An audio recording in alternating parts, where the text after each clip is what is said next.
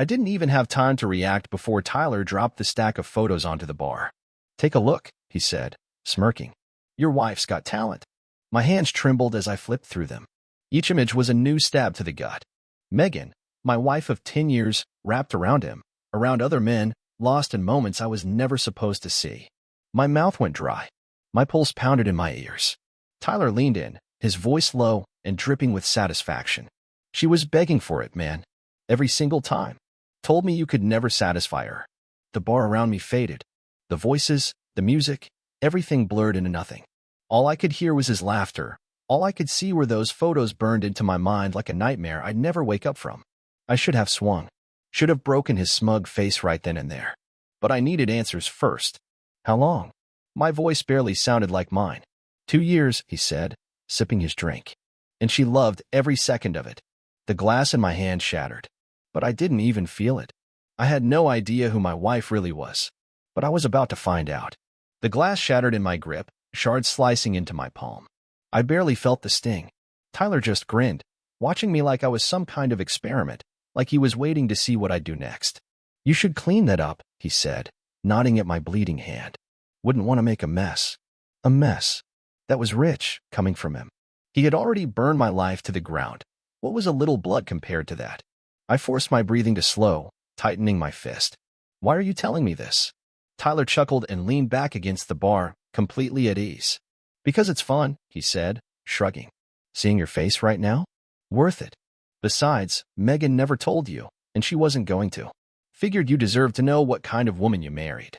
The bartender glanced over, eyes flicking from my hand to the shattered glass, then to Tyler's smug face. "Everything all right over here?" I exhaled slowly, forcing myself to nod. "Yeah." My voice was strained, barely under control. "Just about to leave." Tyler patted my shoulder like we were old friends. "Good talk." Then he stood, tossed some cash on the counter, and walked out like nothing had happened. I sat there, the weight of everything pressing down on me. The photos were still on the bar. I should have left them. But instead, I grabbed them and shoved them into my jacket before heading outside. Cold air hit me like a slap. My hands were shaking. My thoughts tangled. I needed to see Megan. Needed to hear her say it, see if she'd lie to my face.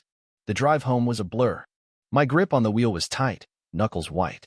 My phone buzzed in my pocket, but I ignored it. Probably her. Probably texting something sweet, acting like nothing was wrong.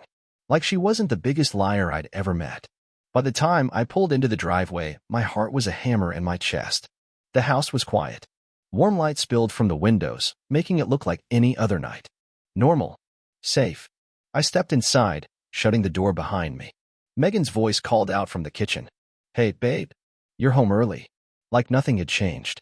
I followed her voice, my footsteps slow, deliberate. She stood by the counter, pouring a glass of wine, her long dark hair falling over one shoulder. She looked up, smiling until she saw my face. Her smile faltered. "What's wrong?" I pulled the photos from my jacket and tossed them onto the counter. Megan's breath caught. Her fingers tightened around the wine glass, knuckles going pale. But she didn't say anything. Didn't reach for them. Just stared like she could burn them out of existence if she looked hard enough. "Go on," I said, voice low. "Take a look. Since you already lived it, this shouldn't be too shocking." She swallowed, eyes flicking up to meet mine. "Where did you get these?" "That's your first question?" A bitter laugh escaped. Not, "I can explain," or "this isn't what it looks like." Just, "Where did you get these?" Megan's lips parted, then shut again. I leaned in, hands pressed against the counter. Tyler sat next to me at the bar tonight. Hand-delivered those. Her face drained of color. That told me everything I needed to know. "You're bleeding," she said suddenly, pointing to my hand. I barely glanced down. The cuts from the broken glass were still raw, blood-dried around the edges. "That's not the problem here, Megan." She bit her lip, fingers flexing like she was trying to grab onto some kind of excuse, some way out. "I was going to tell you." Rage boiled up. I slammed my fist against the counter, rattling the wine glass. "When? After 2 years? After the next guy? When were you going to tell me?" She flinched but recovered quickly. And then, just like that, the guilt in her eyes vanished. The Megan I thought I knew, the woman I married, was gone. She folded her arms, tilting her head. "You want to know the truth?" I clenched my jaw. "Yeah, that'd be nice for once." She smirked. Actually smirked. "I cheated because I was bored." The words hit like a sledgehammer. I got tired of waiting for you to be the man I needed, she went on, shrugging like this was just some casual conversation. Tyler was exciting. He gave me attention. And honestly, she leaned in, lowering her voice. He's better than you in every way. Something inside me snapped. My hand shot out, knocking the wine glass from her grip. It shattered against the tile, red liquid splattering like blood. Megan gasped, stepping back. You think this is funny? My voice shook. You think this is some kind of joke? She didn't answer. Just stared at me, ice cold. I exhaled sharply and took a step back. You're disgusting. Megan rolled her eyes. Oh, grow up. You were never going to leave me. You love me too much. A slow, bitter smile crept across my face. Watch me. I turned on my heel and walked out, slamming the door behind me. But this wasn't over. Not by a long shot. The night air was sharp against my skin, but I barely felt it. My thoughts raced as I paced the driveway, hands clenched, blood still drying on my knuckles. She had said it so casually, like it was nothing. That wasn't just betrayal. That was pure contempt. I pulled my phone out, hesitating for just a second before dialing. Hey, man, Jake answered, his voice groggy. You know what time it is? Open the door. A pause. Then, you good. Open the damn door. The call cut off. A minute later, Jake was standing on his porch in sweatpants and a hoodie, squinting under the porch light. I walked past him without a word, straight into his house. He shut the door behind me, rubbing his face. All right, what the hell is going on? I tossed the photos onto his coffee table. He picked them up, flipping through them, his eyes widening with every page. Jesus, he muttered. Megan? 2 years. My voice was flat. With that guy. And his friends, apparently. Jake exhaled sharply, running a hand through his hair. Man, I don't even know what to say. There's nothing to say. I sat down, elbows on my knees, staring at the floor. She didn't even try to deny it. Didn't apologize. Just looked me in the face and told me she did it because she was bored. Jake sank onto the couch across from me. What are you going to do? I let out a cold laugh. What am I going to do? Divorce her. Burn everything down. Make her regret the day she ever met me. He nodded slowly. Good. Because if you were about to say, work things out, I'd have to slap some sense into you. A bitter smirk. Not a chance. Jake sat back, exhaling. You need a place to crash? I shook my head. Not yet. I need to go back. Grab some stuff. But my fingers tightened into fists. I needed a second. Jake leaned forward, resting his forearms on his knees. Listen, whatever happens next, don't let her get inside your head. Women like that? They don't break down and beg. They double down. Make you the bad guy. Twist it until you're the one feeling guilty. I ran a hand down my face. She already tried. Of course she had. That smug look. That casual smirk. You love me too much. You were never gonna leave. She thought she had me figured out. She thought she still had control. I stood up, grabbing the photos. I'll call you tomorrow. Jake gave me a firm nod. If you need anything, you know where to find me. I left without another word. By the time I pulled back into the driveway, it was past midnight. The house was dark except for the glow of the living room lamp. She was still up, probably waiting, probably expecting me to come crawling back, begging for some pathetic excuse to believe. Not happening. I stepped inside, locking the door behind me.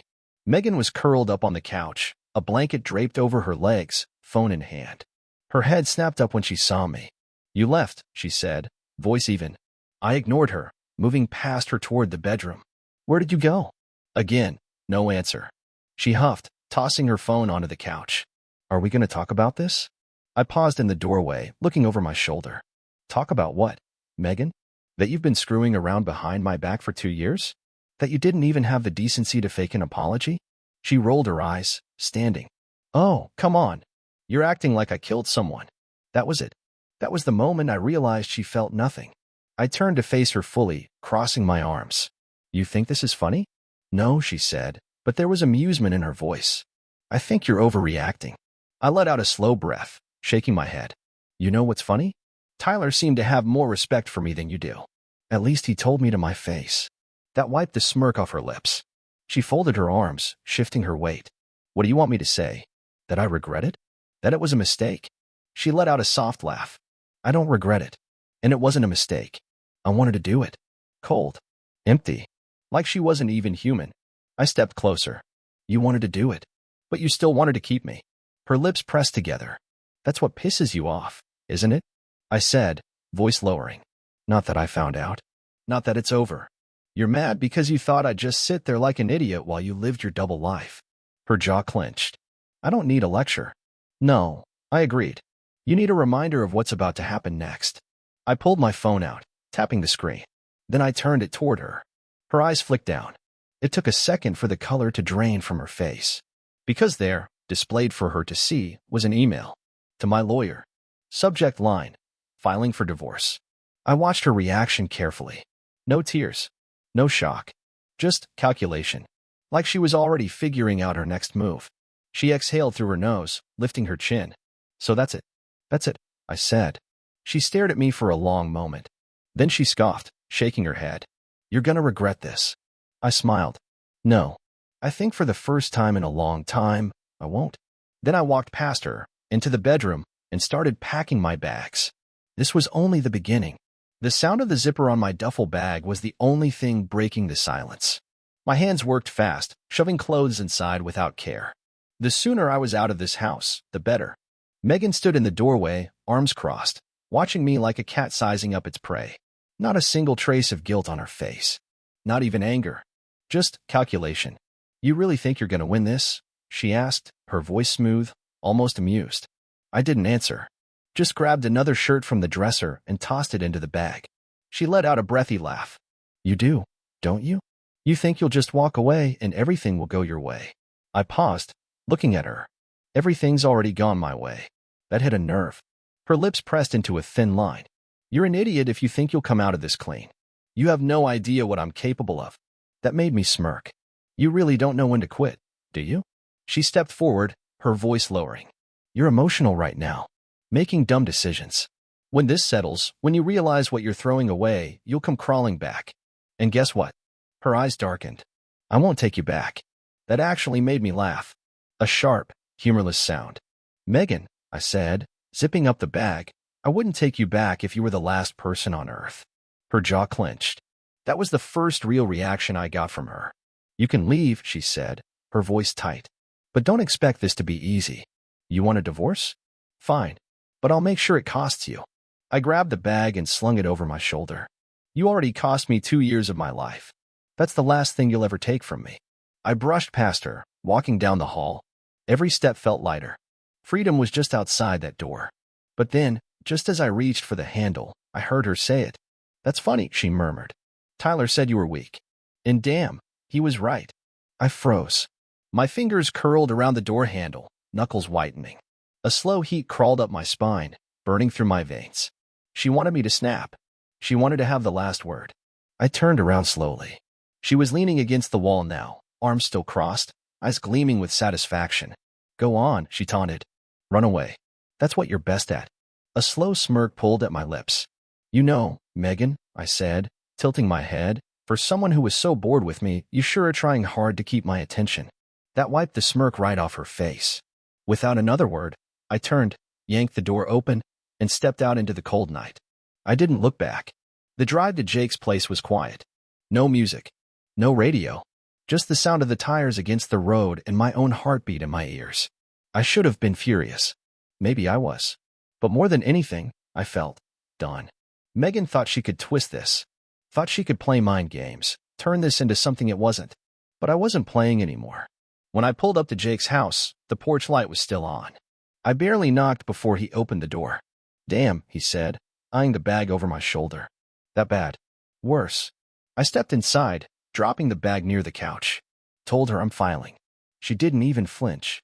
Jake shut the door, letting out a low whistle. She's got ice in her veins, man. I ran a hand through my hair, exhaling sharply. She thinks she's gonna win. Thinks she's got me cornered. Jake folded his arms. So what's the plan? I sat down, rubbing my face. First thing in the morning, I meet with my lawyer. I want this done fast. He nodded. Smart. But you know she's not gonna make it easy. A humorless chuckle escaped me. She made that very clear. Jake leaned against the counter. You gonna tell her family? I scoffed. Why? They'll just make excuses. Megan's going through a phase. Megan didn't mean it. Maybe if you were a better husband. He shook his head. People love blaming the wrong person. Silence stretched between us. Then he frowned. What about the house? My stomach twisted. That was going to be a battle. Megan wouldn't let go of anything without a fight. She can keep it, I muttered. I don't want anything that reminds me of her. Jake arched a brow. She's gonna love that. Let her. I leaned back, closing my eyes for a moment. I just want to be free of her. Jake didn't say anything right away. Then, you know she's gonna pull something, right? My jaw tightened. Yeah, I knew. Megan was too proud to let this end clean. She had something planned. I just had to be ready. Morning came too fast. I barely slept. Every time I closed my eyes, Megan's voice echoed in my head, mocking, taunting, threatening. You really think you're gonna win? You have no idea what I'm capable of. She wasn't bluffing. By the time I pulled up to my lawyer's office, the weight of reality had settled in. This wasn't just some dramatic fight. This was war. And Megan? She wasn't the type to fight fair. I stepped inside, shaking the tension from my shoulders. The office smelled like fresh coffee and printer ink. A receptionist glanced up, gave me a polite nod, and gestured toward the waiting area. I didn't sit. Couldn't. I was too wired. A door creaked open, and a tall man in a sharp navy suit stepped out. Daniel Carter, divorce attorney, shark in the courtroom, and my best chance at getting out of this mess in one piece. Ethan, he greeted, extending a hand. His grip was firm. Let's talk. I followed him into a sleek office lined with bookshelves. He gestured for me to sit as he took a chair behind the desk. You mentioned on the phone that your wife has been unfaithful, he said, flipping open a folder. 2 years, correct? I nodded. And I have proof. I pulled out my phone, opening the photos Tyler had so kindly provided. I slid the device across the desk. Daniel picked it up, brows lifting slightly as he scrolled. Well, that's damning. More than enough for divorce, right? He leaned back, tapping a pen against the desk. Legally? Yes. But Megan's not just going to sign the papers and walk away. From what you told me, she's the type to drag this out. A bitter chuckle escaped me. Yeah, she made that pretty clear. Daniel set the phone down. You said she's already threatened to make this difficult. Any idea what angle she'll take? She's unpredictable. But if I had to guess? I exhaled. She'll try to bleed me dry. Take everything she can. Maybe even try to turn this around on me. Daniel nodded. Then we play smart. The goal is to control the narrative before she does. The more evidence you have, the better. Financial records, text messages, anything that shows her infidelity and any attempts to manipulate you. I clenched my jaw. She's not getting a damn thing from me. He gave me a knowing look. Ethan, I need you to be prepared for the possibility that she will get something. Even with proof of her cheating, the court may still divide assets. And if she's really as vindictive as you say, she might try for more than just money. Something cold settled in my gut. What do you mean? Daniel folded his hands. Has she ever accused you of being abusive? The question hit like a punch to the ribs. No, I said, too fast. Then I thought about it. Not seriously. She's thrown out insults and arguments, called me controlling, said I was too intense, but never anything legal. Daniel's expression didn't change. Has she ever threatened to? I hesitated. Megan was cruel. She was manipulative. But would she go that far? I replayed every argument, every venomous word. Then I remembered something months ago. During a fight, she had laughed and said, if I ever wanted to ruin you, I could. I'd brushed it off at the time. Thought it was just another one of her games. Now, I wasn't so sure. I met Daniel's gaze. What do I do? He leaned forward. You protect yourself. From this moment on, you don't speak to her without a witness or written communication. No in-person conversations alone. If she tries to bait you, don't react. Anything you say or do can be twisted against you. My grip tightened on the armrest. You really think she'd go that far? Daniel gave me a look that said you already know the answer. I stood up. Then I won't give her the chance. By the time I got back to Jake's place, my mind was racing. Megan had lost control over me, and she hated that. If Daniel was right, she'd try to regain it any way she could. And I had a feeling I wouldn't have to wait long to find out how. Sure enough, my phone buzzed. Megan, we need to talk. I stared at the screen. My thumb hovered over the keyboard. Then I remembered Daniel's words. Me. Anything you need to say can be said over text. Seconds later, my phone rang. I let it go to voicemail. Not 2 minutes later, another message came through. Megan, so now you're scared to face me? Figures. You were never man enough for me anyway. I exhaled slowly, locking my phone. Nice try. Jake glanced over from the kitchen. Better. Yeah. She pissed. Beyond. He smirked. Good. Then his expression turned serious. You think she's going to try something? I clenched my jaw. I know she is. And I was right. Because later that night, as I was trying to get some damn sleep, my phone buzzed again. It wasn't a text.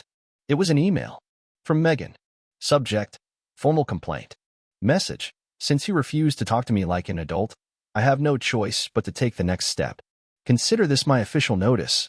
I will be seeking full ownership of the house and financial compensation for the emotional distress you've caused me. If you do not comply, I will have no choice but to pursue legal action. I stared at the screen. Then I laughed. Not because it was funny, but because it was so damn predictable. Jake looked up from his beer. What? I turned the phone around, showing him. He read it, then let out a low whistle. She moves fast. I nodded. Too fast. Megan wasn't just trying to win. She was trying to crush me before I could even fight back. She really thought she had this in the bag. Too bad for her. So did I. The next morning, I woke up to another email. This one was from Megan's lawyer. Subject: legal notice. Message: Dear Mr. Carter, please be advised that our client, Mrs. Megan Carter, is seeking financial restitution due to the emotional distress and financial instability caused by your recent actions. Additionally, she intends to claim full ownership of the marital home and reserves the right to pursue further legal action if necessary. Please direct all further communication through legal channels. It was official now. The gloves were off. I sat up, rolling my shoulders. This wasn't a surprise, but the speed at which Megan had moved was impressive. It had been barely 24 hours since I told her I wanted a divorce, and she was already trying to corner me legally. I forwarded the email to Daniel, added a short message. She's making her move. What's the next step? Then I got up, grabbed my keys, and left Jake's place. It was time to go on the offensive. I met Daniel in his office an hour later. He skimmed the email, then looked up at me. She's trying to rattle you. Yeah, I said, leaning back in the chair. It's not working. His lips twitched in amusement. Good. Because this is just the beginning. He tapped the email. She's claiming financial instability. Has she ever been financially dependent on you? I shook my head. She makes almost as much as I do. If anything, she spends more, but I covered most of the household bills. She wasn't exactly hurting for money. Daniel nodded. That helps. If we can prove she's financially stable, the court will be less inclined to grant her any support. The emotional distress claim is nonsense, but she'll use it to play the victim. We'll need to counter that. I exhaled through my nose. How? He steepled his fingers. By showing a pattern of manipulation on her end. If you have any texts, emails, or evidence of her dishonesty, now's the time to bring it forward. The more we paint her as the aggressor, the better your case will be. That gave me pause. Evidence. I did have something. Something I hadn't even considered until now. I pulled out my phone, scrolled through my saved messages, and found what I was looking for. A conversation from 6 months ago. I slid the phone across the desk. Read that. Daniel picked it up. His eyes moved over the screen, and I saw the moment he registered what he was reading. His eyebrows lifted slightly. This is from Megan? Yeah. The messages were from a fight we had 6 months ago. Back then, I hadn't even thought much about them. Just another argument in a long list of toxic exchanges. But reading them now, in this context, made them feel different. Megan, you really think you're in control? That's cute. I could ruin your life if I wanted to. Me, what the hell is that supposed to mean? Megan, it means you should be careful who you piss off. You never know what people might believe. Daniel set the phone down, his expression thoughtful. This is interesting. It's a threat. It could be interpreted as one. Yes. He tapped his fingers against the desk. It's not enough on its own, but combined with other evidence, it helps establish her as someone willing to manipulate the situation. Keep digging.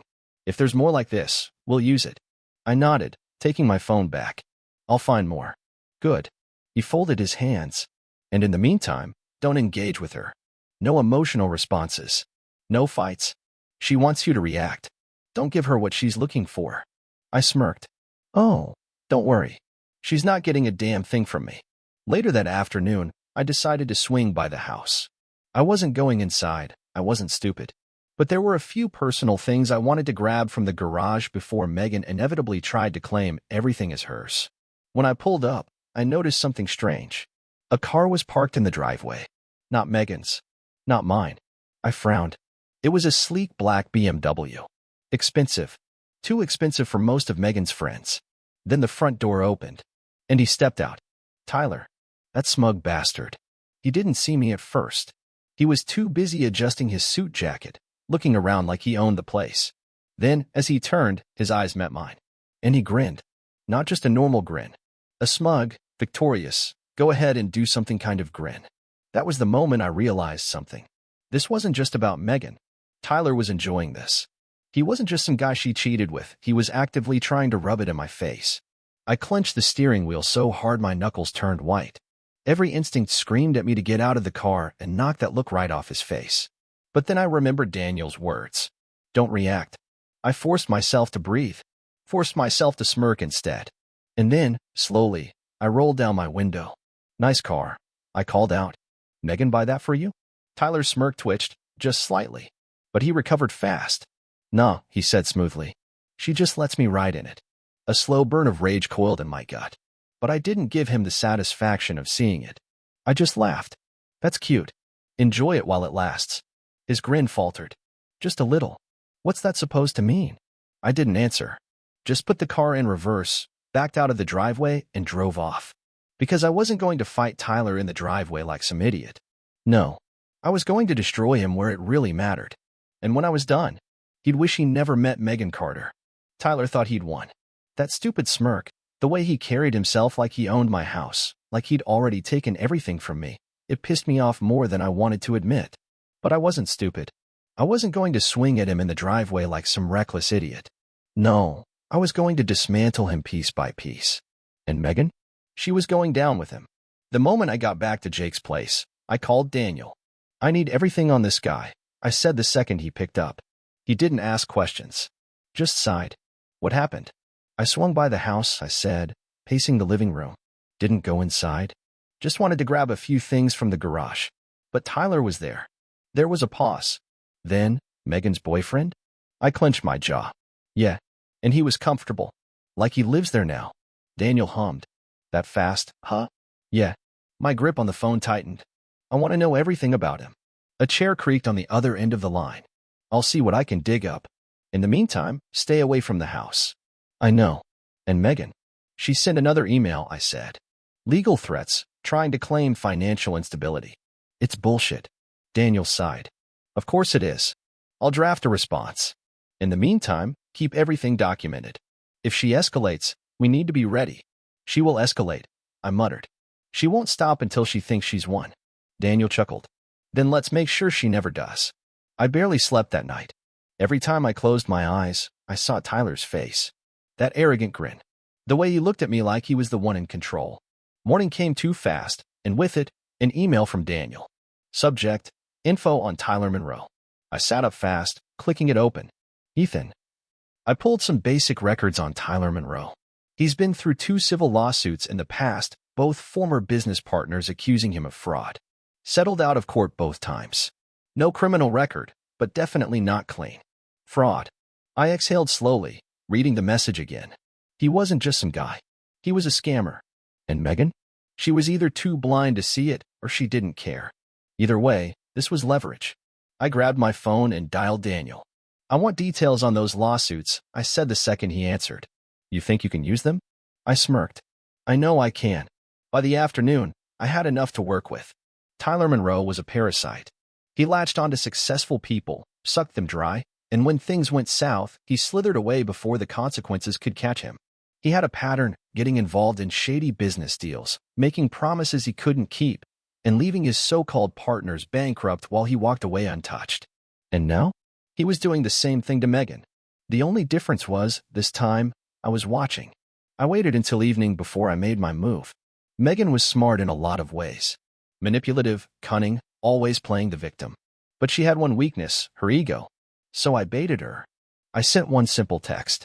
Me, tell your boy Tyler to watch his back. It took less than a minute for her to respond. Megan, excuse me? I smirked. Me, just saying, he's not as slick as he thinks he is. People are starting to notice. Her response came almost immediately. Megan, don't play games with me, Ethan. If you're threatening him, I'll take legal action. Me, oh, it's not a threat. It's just information. Thought you should know who you're dealing with. This time, it took longer for her to reply. When she did, The tone had shifted. Megan, what are you talking about? I let her sit with the uncertainty for a while before I replied. Me. Look him up. Civil suits. Fraud. He's got a history. But hey, if you trust him, go ahead. Keep letting him play house in our home. Just don't say I didn't warn you. Silence. No immediate response. I smirked, locking my phone. Let her stew on that. The next morning, things escalated. I was halfway through my coffee when Jake called from the kitchen. Dude, check your email. I frowned. Why? He just grinned. Megan's losing it. I opened my inbox and sure enough, there it was. Subject: You're a liar. The email was long, rambling, accusatory. Megan was pissed. She called me desperate, pathetic, accused me of trying to sabotage her happiness because I couldn't handle losing. She claimed Tyler had already told her everything, that she knew all about the lawsuits and that they weren't what they seemed. But there was one line that stood out.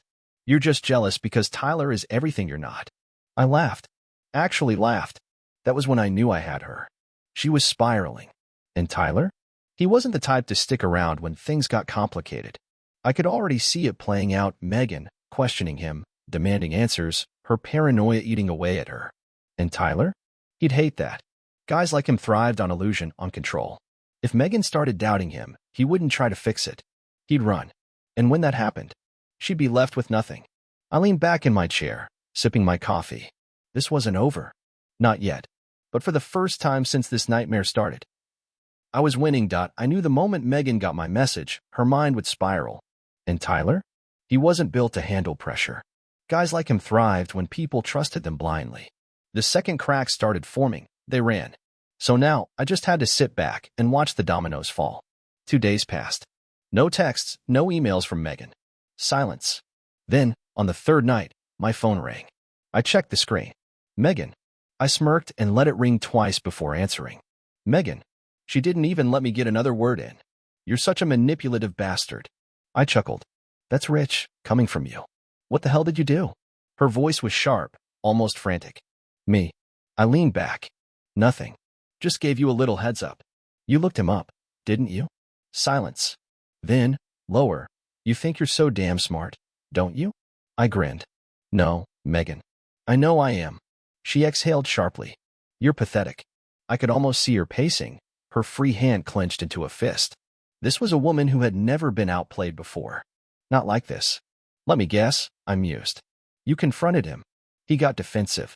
Maybe called you crazy, told you I was just trying to get in your head. I paused, waiting. And yet, here you are. Calling me. Her breath hitched. Bullseye. I sat up. So tell me, Megan, is Tyler still playing house in our home, or is he already packing his bags? More silence. I laughed softly. That bad, huh? Go to hell. She hung up. I tossed my phone onto the couch and exhaled slowly. It was happening. Tyler was cracking. And Megan? She was realizing, too late, that she'd bet on the wrong horse. By the next morning, I had confirmation. Jake barged into the apartment, grinning like a damn lunatic. Dude, you are not gonna believe this. I raised an eyebrow. Try me. He whipped out his phone, pulled up a video, and shoved it in my face. Courtesy of your lovely soon-to-be ex-wife. I hit play. The footage was shaky, obviously recorded from someone's car. It was nighttime. Headlights lit up Megan's driveway.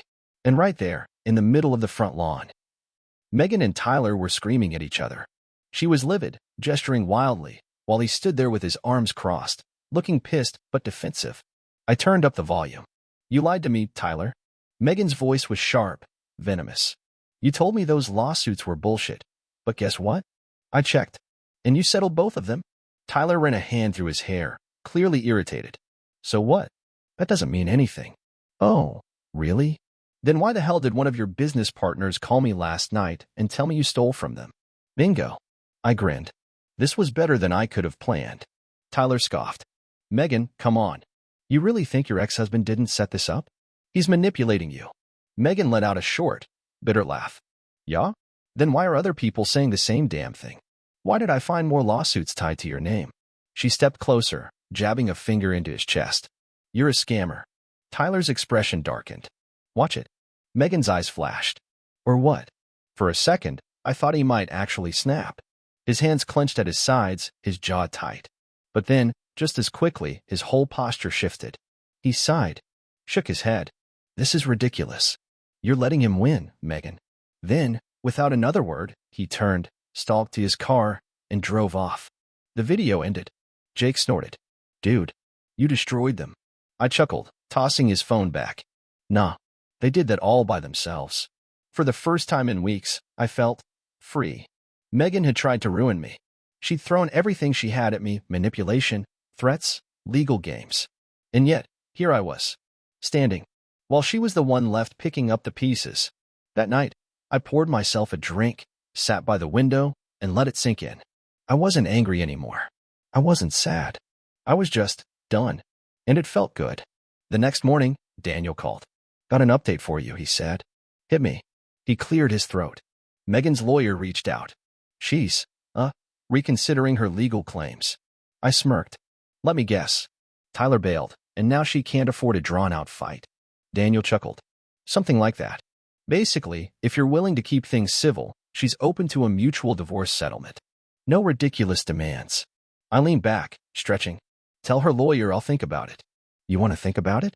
I grinned. Nah, I just want her to wait. Daniel laughed. Brutal. I love it. 2 weeks later, it was done. The divorce papers were signed. Megan didn't get the house. Didn't get a dime. Tyler? He was long gone. Word on the street was he had skipped town, probably working his next scam. And me? I was free. Sitting on Jake's balcony, beer in hand, I exhaled slowly, staring out at the city. I wasn't bitter. I wasn't broken. I was alive. And for the first time in a long time, I was ready for whatever came next.